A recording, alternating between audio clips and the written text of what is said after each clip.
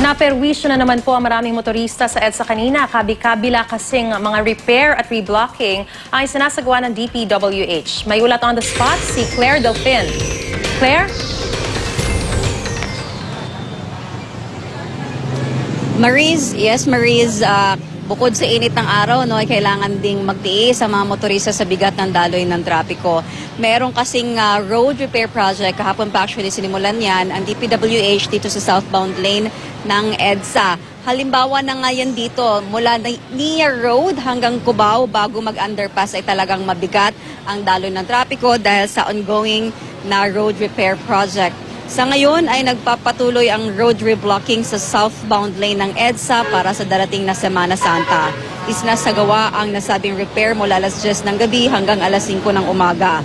Nagsimula ang pagsasayos kahapon at magpapatuloy ito hanggang April 7. Kabilang sa mga kalsadang apektado ng road repair ay ang bahagi ng southbound lane ng EDSA sa pagitan ng Roosevelt Avenue at East Lawin sa Quezon City, ang pagitan ng Guadalupe Bridge at Ayala Avenue sa Makati, ikalimang lane mula sa Santolan papuntang Ortigas Flyover, pati ang unang lane ng service road sa Ortigas Flyover.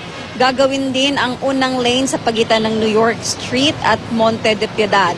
Sa northbound naman, gagawin ang unang lane ng Shaw Boulevard Tunnel sa pagitan ng Reliance at Ortigas Avenue. Aayusin din ang bahagi ng unang lane ng Balete Drive. Nakatakdang buksan ang mga ito sa Lunes.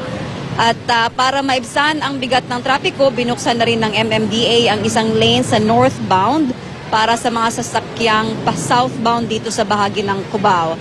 At Mariz, paglilinaw ng DPWH, bukod pa ito sa malakihang road repair project na magsisimula sa Martes Santo, April 15 at magtatapos sa April 21. Hindi naman daw inaasahang makakaapekto ng malaki ang ginagawang repair lalo't sa isang direksyon lang ito pa southbound. Mariz?